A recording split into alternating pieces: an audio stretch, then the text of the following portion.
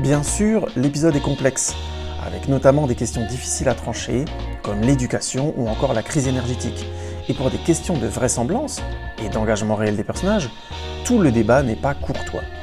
Mais une vraie modération est assurée par le vrai journaliste Forrest Sawyer, journaliste politique d'ABC et NBC, à qui une réplique importante adressée aux deux candidats est donnée.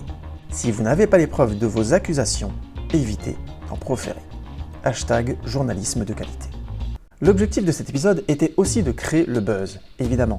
C'est le seul épisode de la série qui fut diffusé en direct. Et le pari de mimer un débat présidentiel complet servait beaucoup le besoin de regonfler une série dont l'ambiance s'essoufflait, malgré toutes ses qualités. La concurrence des séries originales explosait en 2006.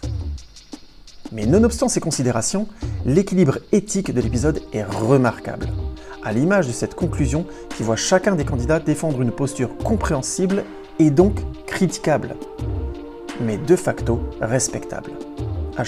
#on a besoin de ça. La vie n'est pas une fiction, mais cet épisode reste, 15 ans plus tard, inspirant dans une vision constructive, réellement débattue, à l'opposé de communicationnel, de la politique.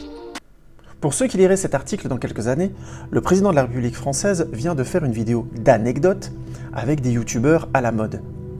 Ce qui affirme bien deux choses. 1. Que le but de cette vidéo est promotionnel. Elle n'a pas d'objectif politique autre que de vendre la personnalité du président en vue des prochaines élections. 2. Le geste de promotion de soi est devenu évident en politique. On ne vend plus des idéaux, on vend une image produit. #valeur marchande. Vous pardonnerez cette digression, mais The West Wing est l'une des dernières séries à avoir tenté et réussi à redonner de la noblesse à la fonction politique, sans pour autant en éviter les aspects très délicats. Les conflits d'intérêts, le secret d'État, etc. Mais force est d'admettre que, même après le départ de Sorkin, à la fin de la saison 4, la qualité de nuance de la série n'a fait que continuer.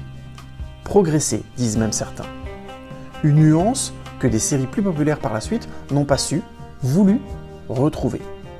Oui, je parle de House of Cards. Et oui, on lui réglera son compte bientôt, #savayesh.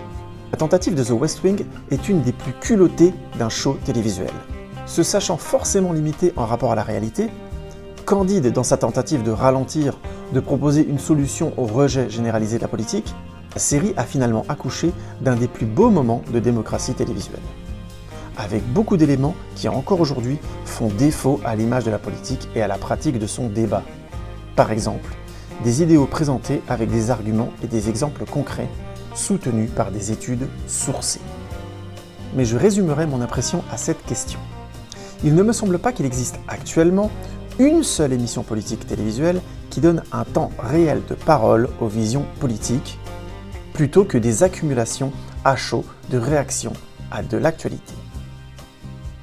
Ou alors je me trompe? Vous avez des exemples? Merci de votre écoute. Retrouvez cet article en intégralité sur unmecquiparletro.wordpress.com. À bientôt!